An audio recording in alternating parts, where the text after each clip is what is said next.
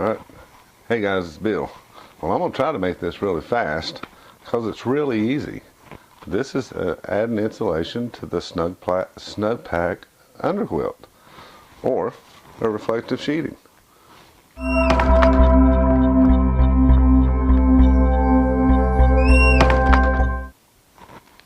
Anyway, it's not that hard to do. Right here in the top. Now this is just some insulation I bought.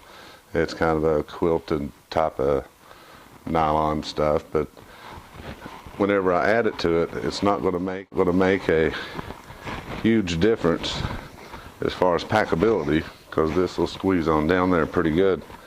It's going to add a little bit of weight to it. Anyway, it's got the packability to hopefully fit back in the same bag. If you start adding too much, obviously it probably won't fit back in the bag that it was originally designed for. Okay, let's make this quick. Boy, I can already feel this heat right here on my legs, so that's going to be great. So here it is, the Snug Pak. At one end, there's kind of a finished stitch end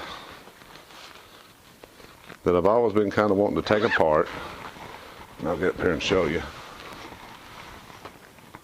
So I took it apart and easily put in a little hidden zipper. So no big deal, hardly any weight added. But what it does is it allows me access to the inside of this bag. And it looks like this inner layer is stitched, so that's not going to come loose. So what I'm hoping to do is turn this bag inside out. It'll be my first time. I'm going to do it right here on camera.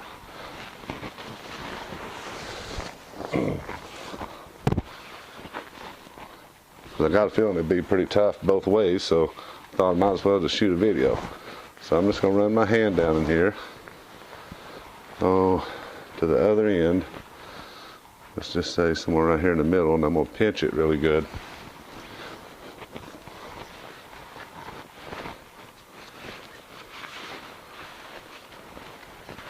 And we're going to turn this thing inside out.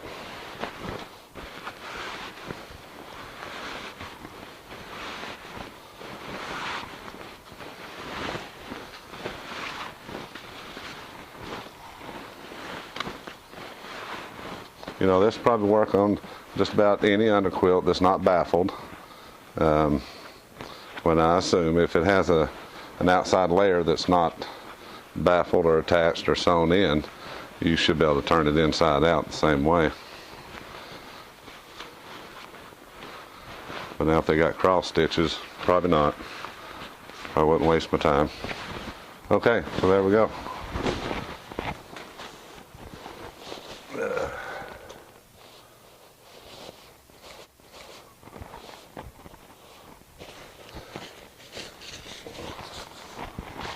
So I don't know all the specs on the Snug Pak as far as all the material and the sizes and all that stuff. I'm sure you can find that out. I know it's about 3 pounds. It's fairly heavy compared to, you know, some of the, you know, trail hikers and stuff that carry some of the real lightweight goose down and stuff. So it's a little heavy. It's never really let me down. I've had it down to pretty cold temperatures several times, down freezing. But I felt like I could have had a little bit more. So here's what the video is about. We'll just straighten this thing out here a little bit. I was thinking about adding a layer of insulation right to the inside of this thing.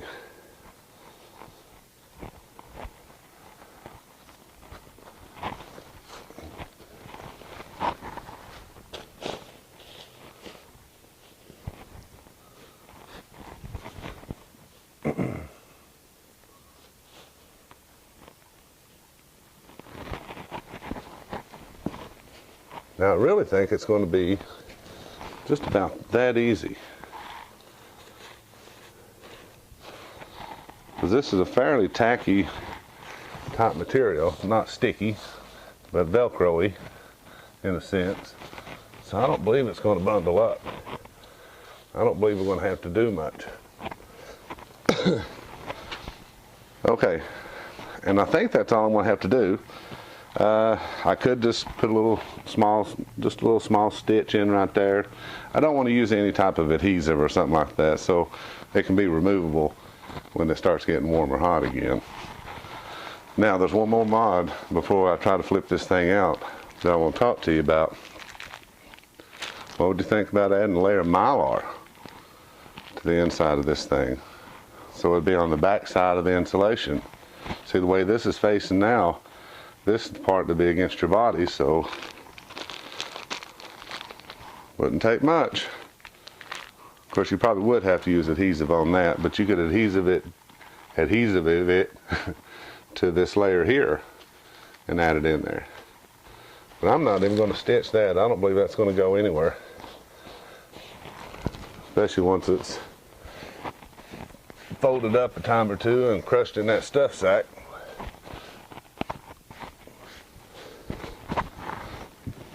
Okay, ready to see if we can turn it back inside out. Again, first time. It's just an idea. It looked like it was going to work pretty good.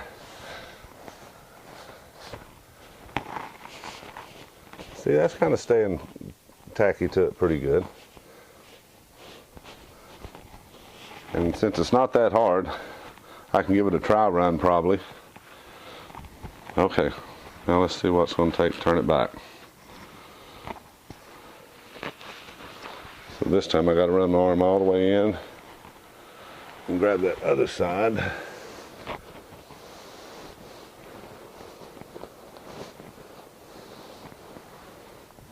The same way I did when I turned it out. Okay, so I got that. I'm going to kind of roll that up. Now I didn't roll it up in piece. I actually rolled the, the whole blanket up here. All right. That way it'll maybe help. Okay. Let's try.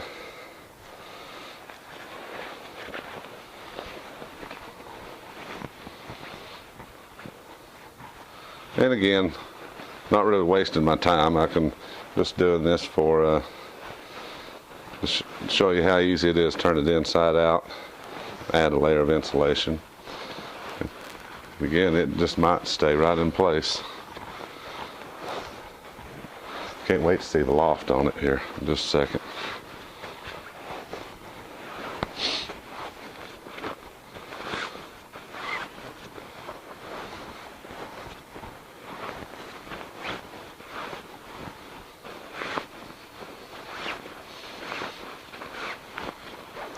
We're almost there. Right. Ain't too bad at all, is it, guys?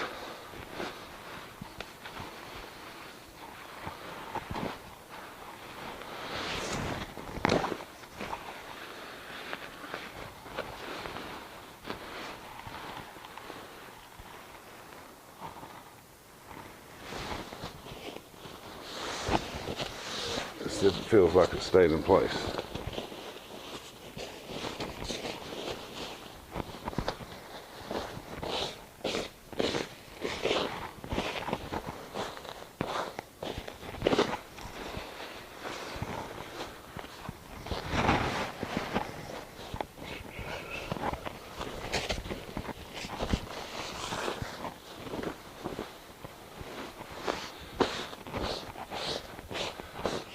Well, it feels like it did. Well, it might have wrinkled up a little bit on the side there. Or maybe I ain't got it stretched out yet.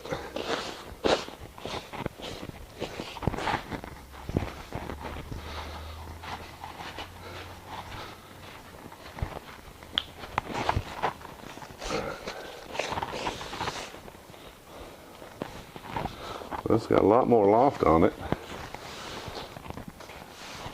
And again, the Mylar shield here is always an option too. I'm gonna look in here and just see if I can see it. Yeah, I feel it right there.